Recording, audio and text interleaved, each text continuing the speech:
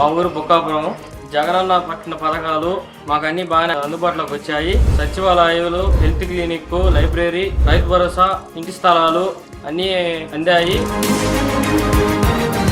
రైతు భరోసా వల్ల సార్ పత్తి విత్తనాలు కానీ ఏదైనా మనకు రావాల్సిన పథకాలు కానీ మాకు ఇవ్వాల్సి ఉన్నాయి కానీ ఎక్కడికి గ్రామంలో టౌన్లోకి వెళ్లకుండా ఇక్కడే జరుగుతుంది సార్. తర్వాత సచివాలయ వ్యవస్థ అయితే మాత్రం మా స్టాఫ్ మాత్రము వండర్ఫుల్గా చేస్తారు సార్. ఇదివరకు మా ఊర్లో గ్రంథాలయాలు అనేవి లేవు. ఇప్పుడు జగనన్న పాలన వచ్చిన తర్వాత గ్రంథాలయాలు పెట్టారు. దీనివల్ల నాతోటి విద్యార్థులు కూడా బాగా అందుబాటులో చదువుకునే విధంగా ఉంది. దాదాపు 15-16 సంవత్సరాల షుగర్ ఉంది. నేను నెల్లూరు పోయి 3,000-4,000 ఖర్చు పెట్టుకునేవాడిని. ఇక్కడ హాస్పిటల్ పడిన తర్వాత మా ఊర్లో రోజు వచ్చి చూసుకోతారు. బాగుంటుంది, శుభ్రంగా మాత్రలు తీసుకొని అన్నీ బాగానే ఉన్నాయి. కాలనీలు ఇచ్చారు మా ఊరికి అభివృద్ధికి.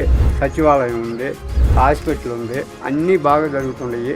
ఏ ఒక్కటి కొరత లేదు. ఇంకా 30 ఏళ్ళు కూడా జగనన్నకు ప్రతి గ్రామం తిరిగైనా నా వంతు కృషి చేసే ఉడతబడితే సాయం కాదు, పెద్ద కృషి చేసేనా జగనన్న సార్ నేను చేపిస్తాను సార్. నా ఓటు మేకపాటి రాజగోపాల్ రెడ్డికే సార్. నా ఓటు జగనన్నకు, రాజన్నకు. ఈసారి ఓట్లేదు న్యాయంగా 10 ఓట్లు కూడా వేపిస్తారు జగన్కి. నా ఓటు రాజన్నకే, జగనన్నకే.